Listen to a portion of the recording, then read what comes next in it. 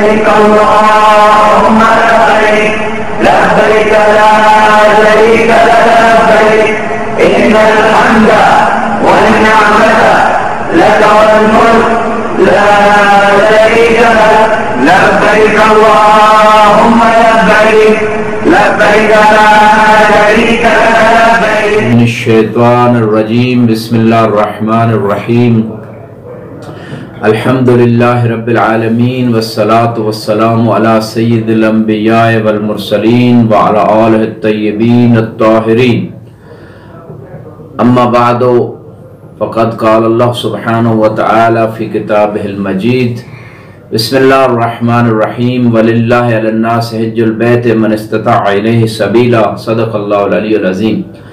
آج ہم بات کرنا چاہتے ہیں عمرہ کے حوالے سے۔ عمرہ کی دو قسمیں ہیں، ایک مفردہ ہے اور دوسرا عمرہ تمتع ہے۔ عمرہ مفردہ ان لوگوں کے لیے ہے جو 88 کلومیٹر یعنی 16 فرسخ سے کم مقدار فاصلہ، 88 کلومیٹر سے کم مقدار فاصلے پہ مسجد الحرام سے لے کر ان کے وطن، ان کے گھر، ان کی رہائش جہاں وہ کام کرتے ہیں، اگر 88 کلومیٹر سے کم فاصلہ ہے تو ان کے لیے عمرہ افراد ہوگا، اور اگر 88 کلومیٹر یا اس سے زیادہ فاصلہ ہے تو ان کے لیے عمرہ تمتع ہوگا۔ عمرہ افراد جو ہے وہ واجب ہوتا ہے اگر انسان کی استطاعت بدن کے اعتبار سے، مال کے اعتبار سے اس کے پاس یہ صلاحیت ہے تو اس کے اوپر واجب ہے زندگی میں ایک مرتبہ۔ اس کے علاوہ مستحب ہے، ہاں ہر مہینے ایک مرتبہ عمرہ مفردہ کرنا مستحب ہے اور ایک سے زیادہ مرتبہ نہیں کیا جا سکتا۔ البتہ عمرہ تمتع جو ہے وہ حج کے علاوہ نہیں ہو سکتا۔ یہ لوگ جو 88 کلومیٹر یا اس سے زیادہ فاصلے پہ دنیا میں کہیں سے آتے ہیں تو ان کے اوپر عمرہ تمتع ہے اور وہ حج کے ساتھ ہوتا ہے، یعنی ڈیفرنس ان دونوں کو الگ الگ نہیں کیا جا سکتا۔ عمرۃ الافراد اور حج افراد کو الگ الگ کیا جا سکتا۔ اگر ایک سال عمرہ افراد کی استطاعت ہو گئی، دوسرے سال حج کی ہو گئی تو وہ الگ الگ کر سکتے ہیں جو 88 کلومیٹر کے اندر لوگ رہتے ہیں۔ اگر دونوں کی استطاعت ہو گئی تو پھر دونوں ان کے اوپر واجب ہے۔ عمرہ تمتع میں اور عمرہ افراد میں ایک فرق یہ بھی ہے، عمرہ افراد اگر حج کے ساتھ کیا جا رہا ہے تو وہ عمرہ افراد بعد میں ہوگا، عمرہ تمتع پہلے ہوتا ہے، حج بعد میں ہوتی ہے۔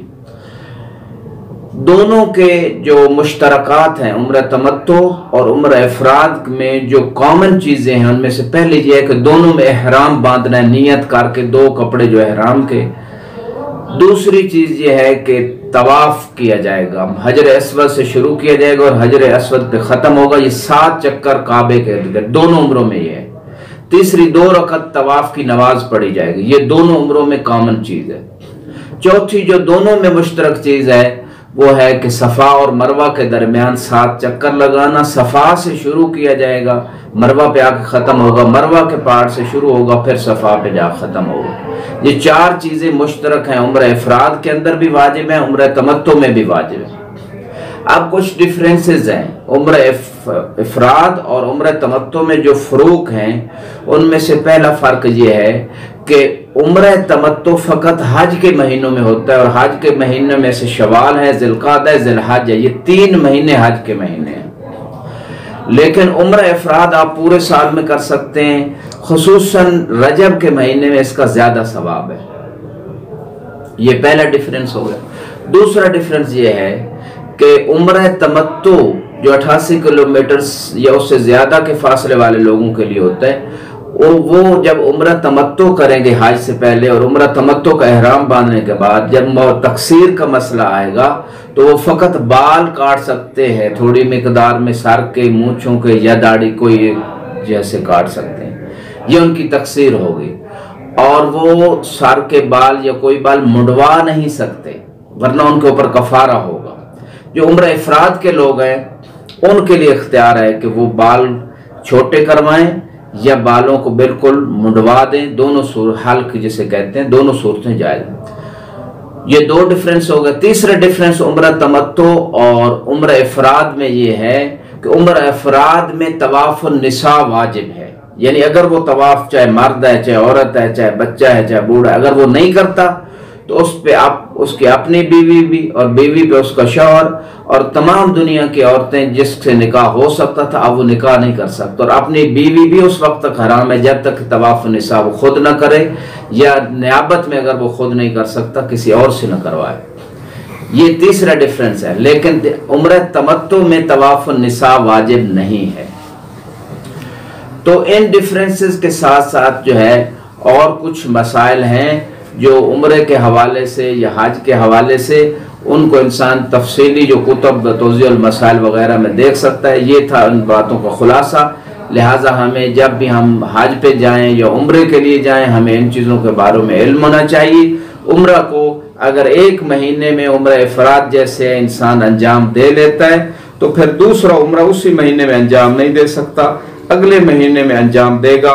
ایک مرتبہ اگر اس نے جو احرام مکے میں داخل ہونے کے لیے احرام باندھا ہے اور عمرے کو انجام دیا ہے تو پھر دوبارہ اگر مکے میں داخل ہونا چاہتا ہے یا 6 12 یا جتنی مرتبہ تو پھر دوبارہ احرام باندھنے کی ضرورت نہیں ہے۔ خدا ہم سب کو توفیق دے دین مبین کو سمجھنے، اس پہ عمل کرنے کی۔ وآخر دعوانا الحمدللہ رب العالمین۔ علم کا شہر ہوں میں، علم کا شہر ہوں میں اور علی ہے دروازہ، انا مدینۃ العلم وعلی بابها، انا مدینۃ العلم وعلی